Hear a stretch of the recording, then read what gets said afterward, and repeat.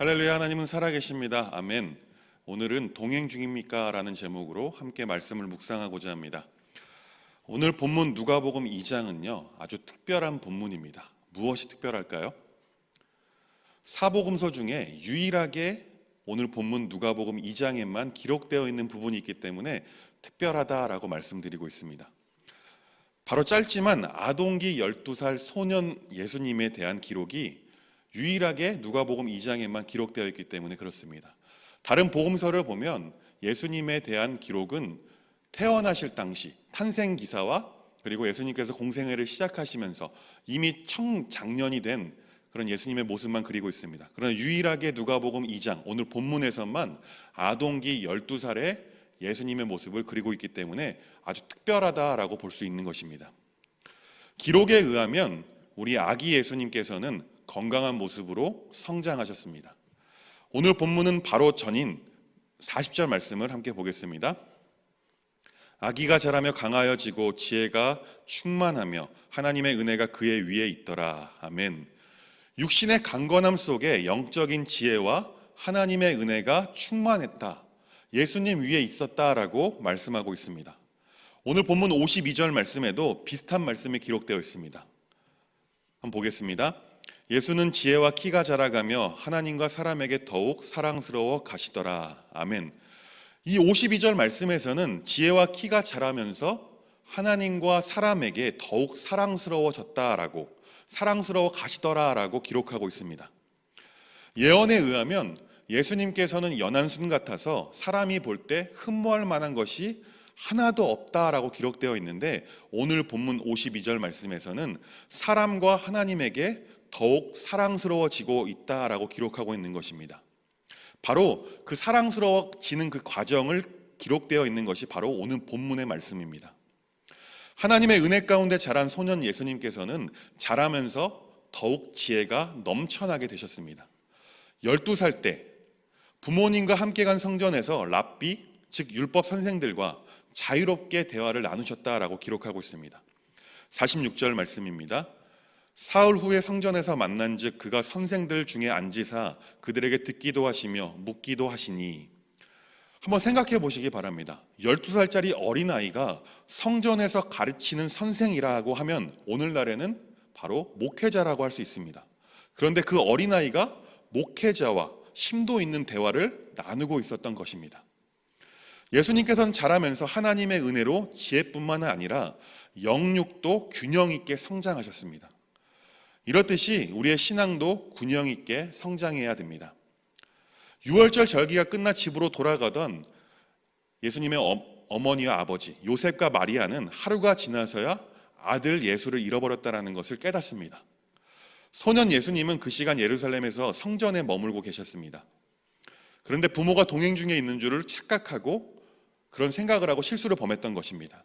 그들은 예수님을 잃어버렸습니다. 자신의 동행 중 다른 무리와 함께 있는 줄 착각하고 있었던 것입니다. 오늘날 신앙인들 중에서 그리스도인들 중에서 상당수가 예수님과 동행하는 줄 착각하고 있는 사람들이 있습니다. 내가 그래도 교회에서 직분이 무엇인데, 내가 왕년에 어떤 사역들을 했는데, 그러나 이력이나 직분은 주님과의 우리 예수님과의 동행을 보장하진 않습니다. 우리는 늘 주님이 지금 현재 내 옆에 계신지 살펴보아야 한다는 것입니다. 아니, 내가 지금 주님과 함께 동행한다라는 착각 중에 있지는 않은지 깨어서 살펴보아야 한다는 것입니다. 마리아와 요셉은요, 사흘 만에 예수님을 만났습니다. 하루 뒤에 아들 예수님이 없다라는 것을 알고 돌아가 열심히 찾아 나섰지만 사흘이 지나서야 겨우 성전에 계시는 예수님을 발견한 것입니다. 마리아는 예수님에게 이렇게 말씀합니다. 아이야, 어찌하여 우리에게 이렇게 하였느냐? 보라, 내 아버지와 내가 근심하여 너를 찾았노라 라고 말입니다.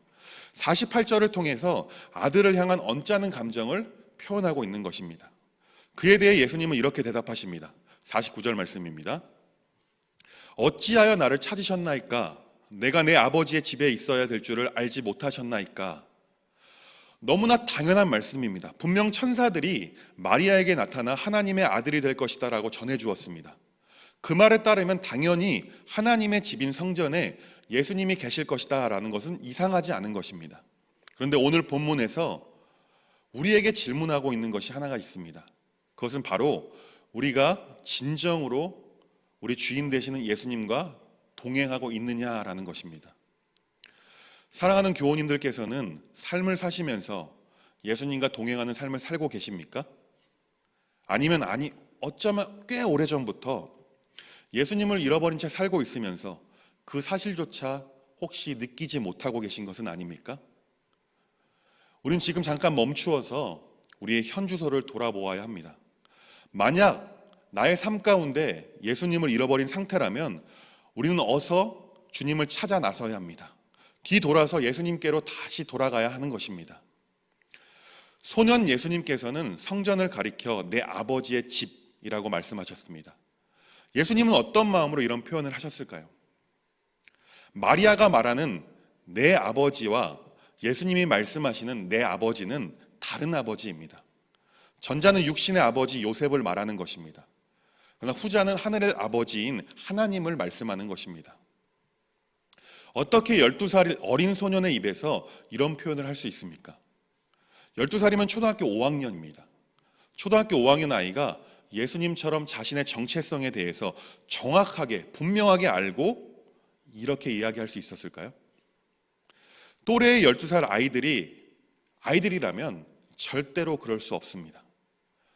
성인이 된 우리 중에도 아직도 나의 정체성에 대해서 고민하고 계시는 분들도 계실 것입니다.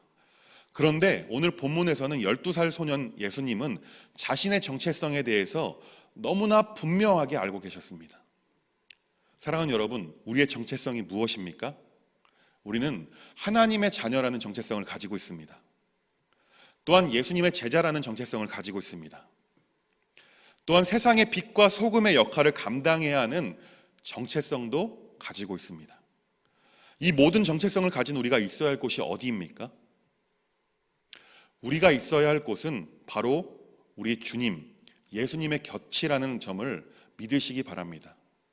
예수님께서는 나사렛에 이르러 그 부모에게 순종하셨다라고 51절 말씀을 통해서 기록하고 있습니다. 예수께서 함께 내려가사 나사렛에 이르러 순종하여 받드시더라. 그 어머니는 이 모든 말을 마음에 두니라. 비록 부모가 예수님의 말씀을 깨닫지는 못했지만 예수님은 육신의 부모님을 존중해 주셨고 순종하셨습니다. 여기에서 12살 예수님의 성숙한 인격을 우리는 엿볼 수가 있는 것입니다. 하늘 아버지가 자신의 아버지심을 알고 섬기되 육신의 부모님께도 소홀히 하지 않는 이 예수님의 모습이 상상이 가십니까? 12살입니다. 철이 든 성숙한 성인이 아니라 아동기 12살의 아이의 모습인 것입니다. 제가 몇 년 전에 무한도전에서 명수는 12살이라는 그 코너를 본 적이 있었습니다. 보면요, 얼마나 유치한지 모릅니다. 출연진들이 다 12살처럼 소년을 묘사하고 있는데 정말 유치하고 개념도 없습니다. 물론 저는 그 모습을 보고 재밌게 보았습니다. 근데 사실 우리들도 부모님의 말씀이 아니라고 생각하면 순종하지 않습니다. 그러나 예수님께서는 그것도 이 세상의 주인이신 예수님께서 육신의 부모님의 말씀에 순종하는 모습을 통해서 우리가 배워야 할 것입니다. 신실한 그리스도인이라면 우리도 예수님과 같이 균형 있는 성장을 이루어내야 합니다. 교회 일에는 헌신적이면서 가정에 가서는 소홀히 해서는 안 되는 것입니다. 하늘 아버지를 섬긴다는 명목으로 부모님 섬기는 일에 등한시해서는 안 되는 것입니다. 주님 안에서 부모에게 순종하는 것이 하나님께서 세우신 가정의 질서라는 것입니다. 52절 말씀을 함께 보겠습니다. 함께 읽습니다. 예수는 지혜와 키가 자라가며 하나님과 사람에게 더욱 사랑스러워 가시더라. 아멘. 예수님께서는 지적으로, 육체적으로 계속 성장해 가셨습니다. 무엇보다 하나님과 사람에게 사랑스러운 존재로 성장하셨다라고 오늘 본문은 기록하고 있습니다. 사랑하는 여러분, 우리의 신앙은요, 완료형이 아닙니다. 신앙은 현재 진행형입니다. 처음부터 완성된 상태로 주어지는 것이 아니라 서서히 삶을 살아가면서 성장시켜 나아가야 하는 것입니다. 선포하겠습니다. 우리도 지혜가 자라고 하나님과 사람들에게 인정받으면서 사랑받는 성도가 되도록 신앙의 진보를 이뤄 나갑시다. 신앙의 진보를 날마다 이뤄가는 복된 삶을 사는 저와 우리 모두가 되었으면 좋겠습니다. 또한 늘 깨어서 기도하면서 내가 과연 예수님과 동행하는 삶을 살고 있는지 날마다 점검하셨으면 좋겠습니다.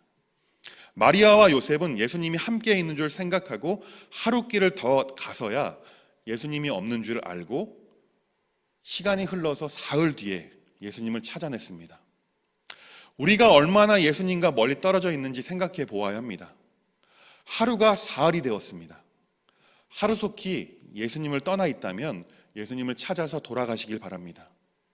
그럴 때 시간이 얼마나 걸릴지는 모르겠지만 우리 주님께서는 우리의 간절한 마음을 보시고 우리 앞에 짠하고 나타나실 것입니다. 늘 주님과 동행하는 삶을 살길 간절히 소망합니다. 그리고 간절함으로 우리 예수님을 찾아내시길 바랍니다. 그리고 발견하시길 바랍니다. 나와 늘 함께 하시고 동행하고자 원하시는 예수님을 발견할 수 있는 우리 모든 법한의 예수가족 여러분이 되길 간절히 소망합니다. 기도하겠습니다. 우리와 늘 함께 동행하시기 원하시는 하나님, 때로는 하나님과 동행한다고 믿으면서 그렇게 살아가고 있지만 나 혼자만의 착각 속에 살 때도 있었습니다. 매일의 삶 가운데 늘 하나님과 동행하는 함을 느낄 수 있도록 돌아볼 수 있는 믿음을 허락하여 주시고 예수님처럼 균형 잡힌 신앙을 소유할 수 있도록 인도하여 주시옵소서. 지금도 살아서 역사하시고 우리와 늘 함께 동행하시기 원하시는 예수님의 이름으로 간절히 기도합니다. 아멘.